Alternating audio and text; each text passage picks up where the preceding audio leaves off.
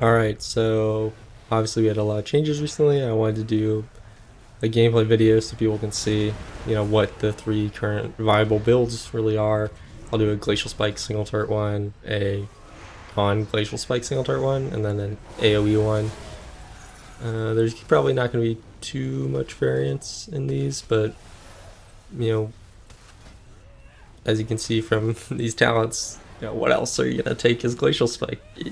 I already have 4 capstones basically, so there's very little wiggle room, I would say, in the Frost builds. But your last point, like this is essentially what your single target thing's gonna be without Glacial Spike.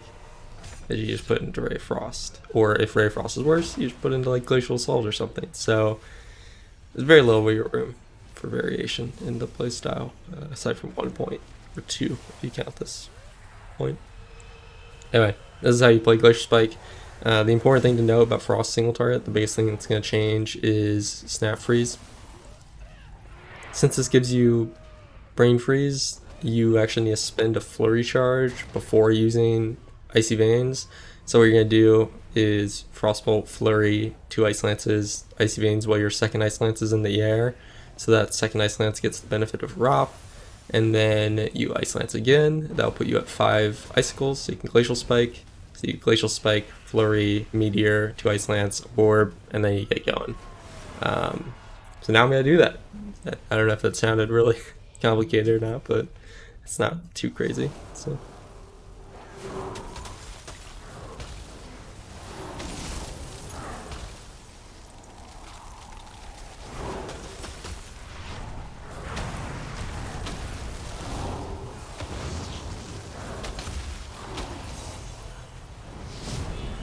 And I can't Flurry here. I also queued an Ice Lance after my Glacial Spike, so this, you can see I have 5 Icicles, but I don't actually. That's just a bug.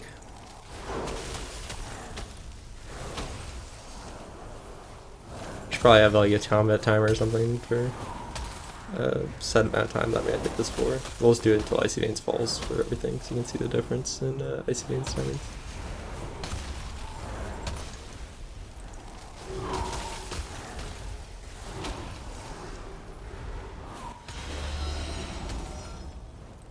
And then Icy Veins falls.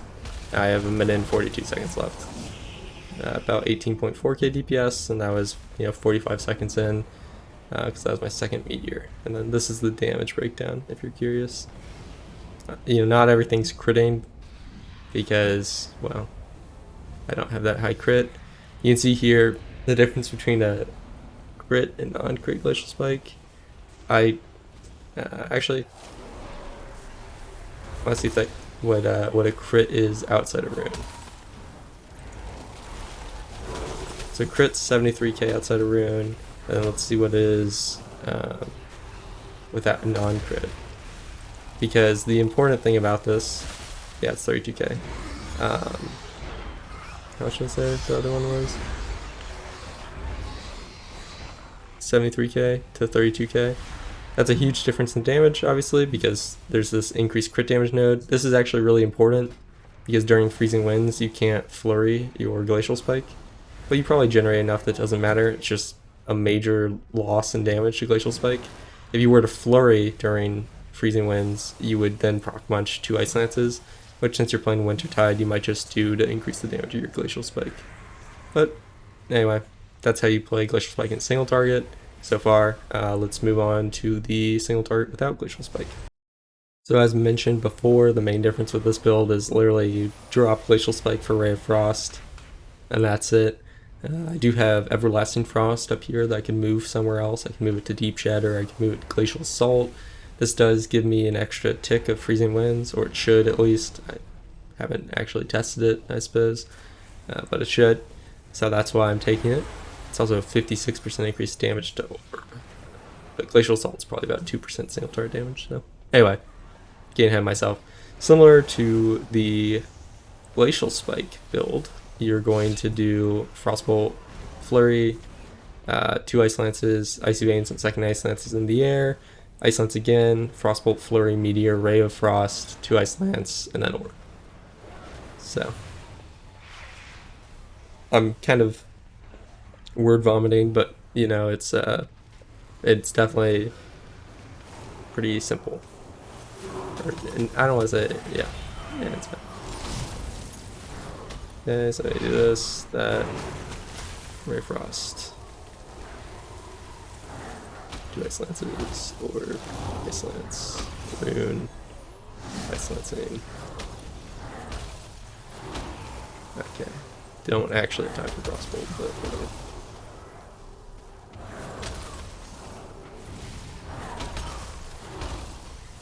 It might be worth it to flurry between those since I have extra flurry charge instead of Frostbolting.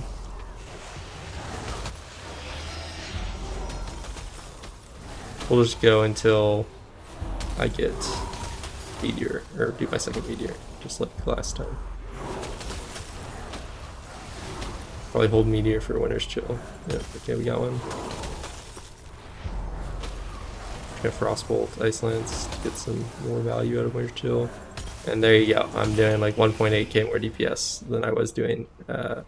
Yeah, 1.8k more DPS than I was doing at the Glacial Spike build. Got the Meteor burn is fucking it up. Did I say 1.8k? I meant 1.1. And this is the breakdown here. If we're talking about variance, one more of my Meteors crit. I don't know about Ice Lances, but anyway. You know, the other thing to mention is I obviously had a much lower Icy Veins cooldown. I was in Icy Veins for much longer. So here, I was in Icy Veins for 57 seconds. Let's see if I can find. Here's this. I was in Icy Veins for. Wait. What? 51 seconds. How many crits was this? I had a crit rate of 68. 19 casts, and then this 26 casts, crit rate of 69, and I was in Icy Veins for 6 seconds longer. Very strange. Okay. I hit the target for longer there, so 59 seconds versus 57, yeah. Alright.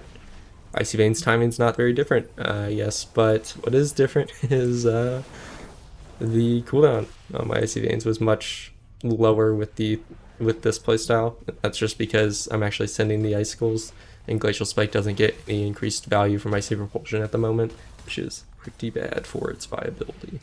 So now we're gonna move into the AOE build. Alright, so now we're gonna talk about the AOE build. You know, I'm gonna lead with this, in case anyone's watching from Blizzard.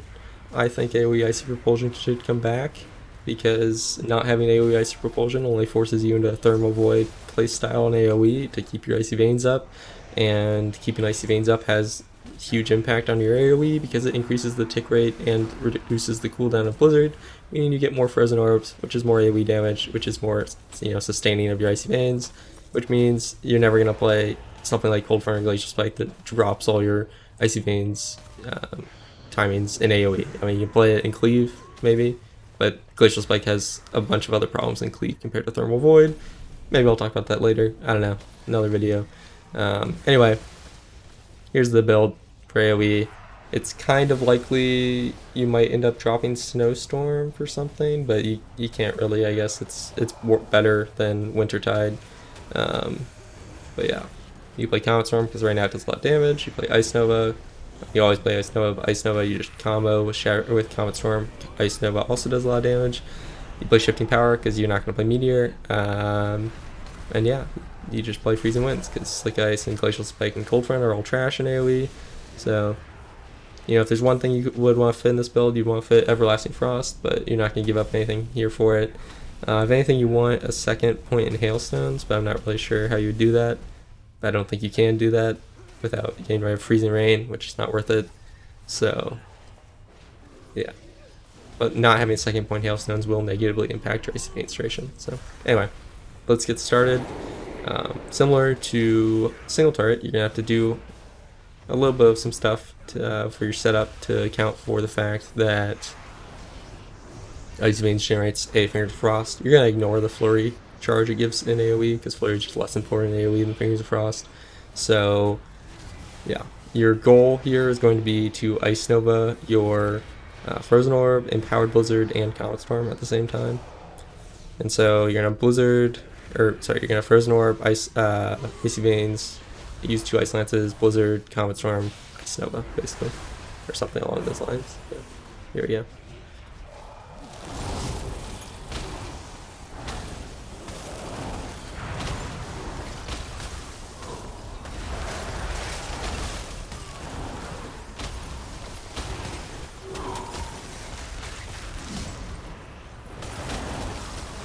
And then you can see I'm ignoring Shifting Power. You wouldn't do that in Shadowlands, but it, you know, doesn't provide you any Icy Vein CDR, so why would you use it?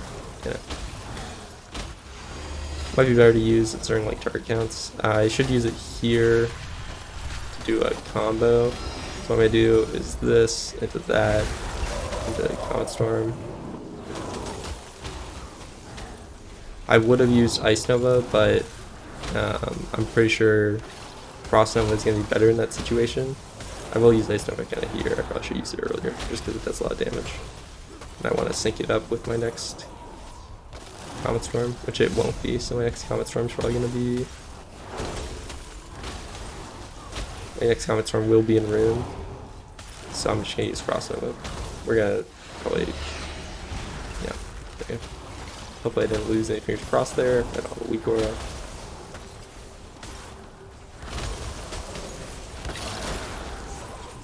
Oh, didn't press it. Okay, well, that's good. Anyway. So there's a sustained cleave for Frost. You can see Snowstorm, not that crazy. To be fair, I didn't use these stacks in Rune of Power, so it would have hit a decent bit harder, but you can't line them up with Rune of Power, and it's probably going to be worse to hold it for Rune than anything else. So even just looking at this from using on cooldown as a purely sustained thing, it just doesn't really hit very hard. I mean, it is, you know, Cone of Cold's not capped, I guess, so its niche is going to be higher AoE as opposed to this 3-target AoE, which is fine. You can see Ice Lance just does a lot of damage, Frozen Orb, Blizzard do okay damage, Comet Storm does okay damage. The main reason for this build is it's really, really good burst when you're opening up on a pack. So, yeah. And then what was my Ice Veins uptime?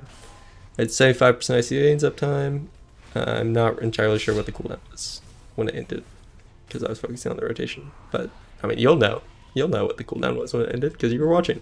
So, those are the 3 builds that I think are kind of the most important to cover here. You know, your cleave build would be different for 2-target. And I don't think it will be Glacial Spike, because a lot of Glacial Spike value is being able to force it to crit, and you do that through Flurry, and you don't have enough Flurries to flurry 2 targets, so Glacial Spike's just worse at 2-target cleave generally than Freezing Winds will be likely, especially because with improved Blizzard at, I don't know why they changed this dice color, with this at 0.5 seconds, it's probably worth casting Blizzard on 2 targets again, and if it is, then that's time you're spending not generating Icicles, which makes Glacial Spike worse by comparison. So, yeah.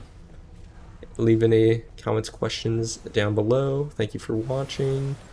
I would like AoE Ice Repulsion, you know, pray to the gods, just to make Frost feel better and to not lock it into Freezing Winds and AoE.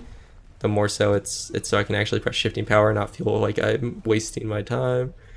And also shattering all this stuff, and it just does nothing, even though that's when you have the most agency over your gameplay in Frost. We have like 5 bajillion shatters now, and none of them really matter.